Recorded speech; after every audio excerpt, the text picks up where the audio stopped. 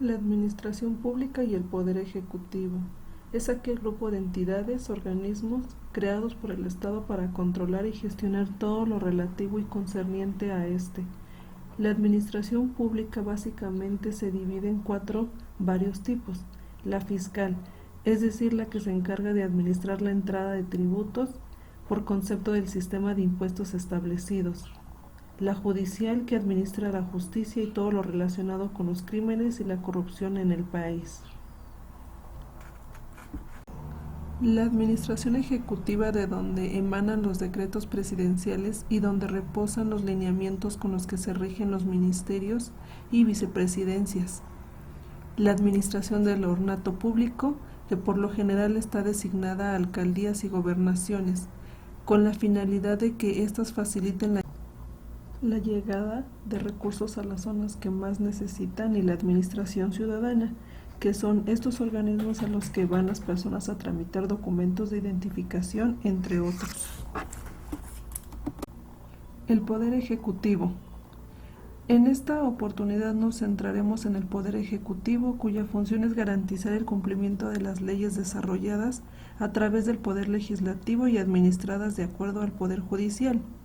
El Poder Ejecutivo, en otras palabras, está vinculado a la gestión del funcionamiento estatal en el día a día. El Poder Ejecutivo de un Estado democrático recae en funcionarios elegidos a través del voto popular. Las elecciones permiten que la población elija a las personas que actuarán como sus representantes en la toma de decisiones que concierne a la sociedad en general. El sistema presidencial. Existen alrededor del mundo diferentes formas de gobierno. Entre ellas podemos encontrar el presidencialismo. Este tipo de gobierno es una manera de organizar el poder para gobernar un país visto desde el punto de vista jerárquico y jurídico. Es una simple forma de mandato que trabaja en conjunto con un sistema parlamentario y una asamblea. El jefe de Estado es el mismo jefe de gobierno y se rige basado en la división de poderes ante todo. El presidente es la parte más importante del poder ejecutivo y el poder legislativo se centra en el Congreso. Entonces podemos decir que el presidencialismo es un sistema de gobierno en el cual el presidente del país es el jefe, pero al mismo tiempo busca apoyo en otros organismos para poder cumplir sus funciones. Los secretarios de Estado.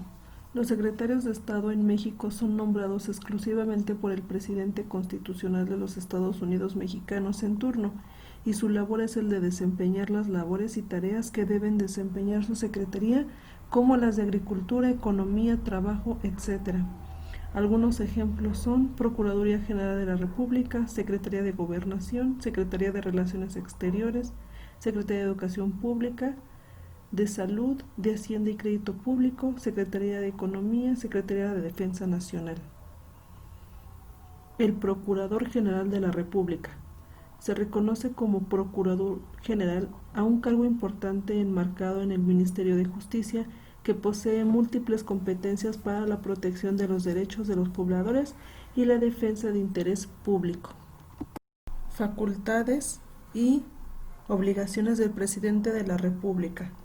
Promulgar y ejecutar las leyes que expide el Congreso de la Unión, proveyendo en la esfera administrativa a su exacta observancia. Nombrar y remover libremente a los secretarios del despacho.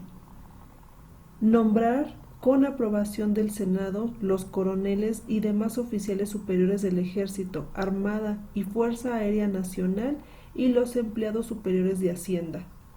Disponer de la totalidad de la Fuerza Armada Permanente, o sea, del Ejército Terrestre, de la Marina de Guerra y de las Fuerzas Aéreas para la seguridad interior y de defensa exterior de la Federación. Disponer de la Guardia Nacional. Declarar la guerra en nombre de los Estados Unidos mexicanos, previa ley del Congreso de la Unión. Designar con ratificación del Senado al Procurador General de la República.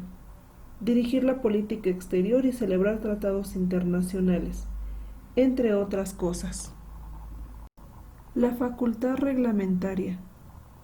Desde el punto de vista jurídico, son normas de derecho las que le dan a una persona atribución de llevar a cabo actos válidos que producen efectos jurídicos previamente regulados. De ahí que dicha facultad lleve implícita la capacidad de actuar legalmente, lo cual se traduce en un poder de hacer.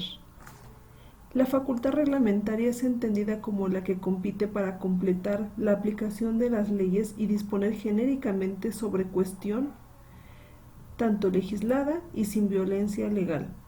Esta facultad reglamentaria del presidente de la República, considerada como una facultad legislativa que es exclusiva desde el alto funcionario, es una excepción al principio de separación de poderes, pues siendo los reglamentos normas abstractas generales impersonales, son actos materiales legislativos y formalmente administrativos. Emisión de decretos y circulares. Acto del Poder Ejecutivo referente al modo de aplicación de las leyes en relación con los fines de la administración pública. Decretos administrativos, también llamados decretos del Ejecutivo, son actos administrativos que por su trascendencia y disposición de la ley deben ser refrendados y publicados en el Diario Oficial de la Federación.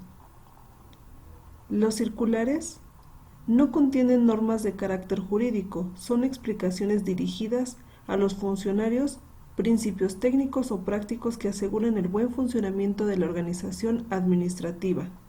También son documentos de orden interno por el cual se transmiten orientaciones, aclaraciones, información o interpretación legal o reglamentaria del funcionario, jerárquicamente superior a los subordinados.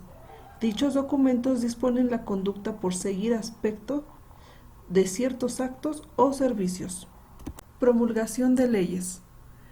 La promulgación es un acto solemne en virtud del cual se constata que una disposición aprobada por las Cortes Generales cumple con los requisitos legales y formales necesarios para convertirse en una norma jurídica estatal.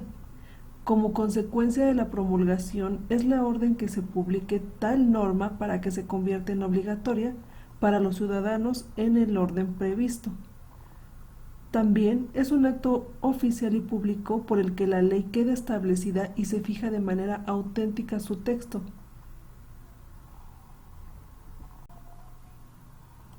Inspección y vigilancia de las actividades de los particulares. Estas son las actividades que desempeñamos diariamente en nuestro trabajo y estas forman parte de dicho procedimiento. También se verifica el cumplimiento de inspecciones y vigilancias que se hacen a través de visitas de inspección o requerimientos por oficios. Pero, ¿a quién le corresponde hacer la visita de inspección?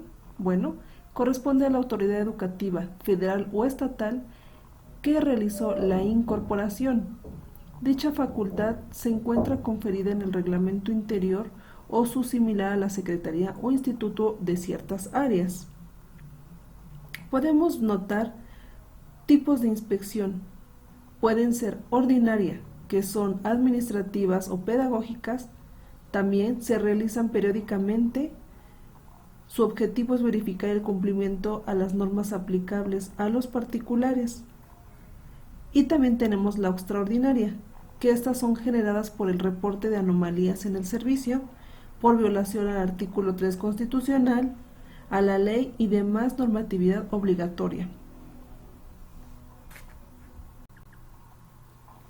Persecución de delitos por violación a las leyes. En este caso vamos a hablar en particular de uno, y es el fraude.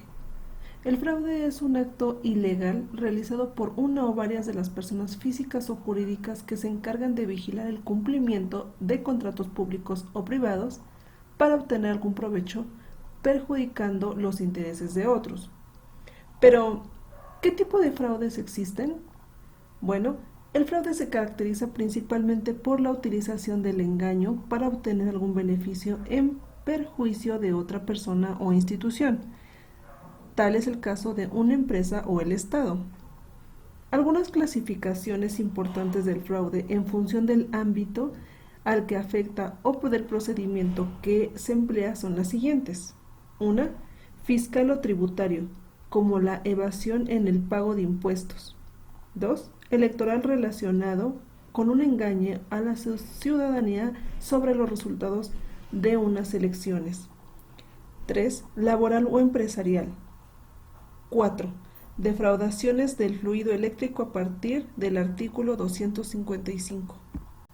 Bancario, como por ejemplo las cláusulas suelo, las hipotecas o las tarjetas de débito o de crédito, etc.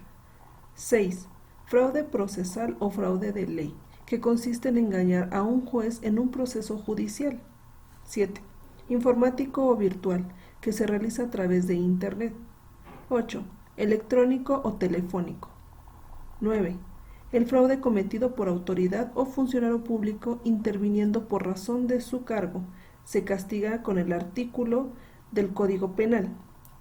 Estos actos fraudulentos se encuentran penados por la ley en función del tipo de gravedad del engaño o de la cantidad defraudada en el Código Penal. Por otro lado, en el ámbito civil, un deudor comete un fraude contra el acreedor cuando intenta eludir el pago mediante simulaciones. Diferencias entre estafa y fraude. Aunque están relacionados, no se debe confundir el fraude con el delito de estafa. Además, en muchas ocasiones se utilizan como sinónimo los términos timo, que es estafa, y fraude, pero legalmente tienen varias diferencias. Una de las diferencias están relacionadas con lo económico, ya que en el caso del fraude no es necesaria la existencia del beneficio económico. La estafa y el fraude son delitos contra el patrimonio de la víctima o la propiedad, y el fraude no, aunque pueden formar parte del acto de estafa. Por otro lado, las sanciones pueden incurrir en uno de estos actos ilegales también son muy diferentes. La estafa y el fraude son delitos contra el patrimonio de la víctima o la propiedad, y el fraude no, aunque pueden formar parte del acto de estafa. Por otro lado, las sanciones por incurrir en uno de estos actos ilegales también son muy diferentes.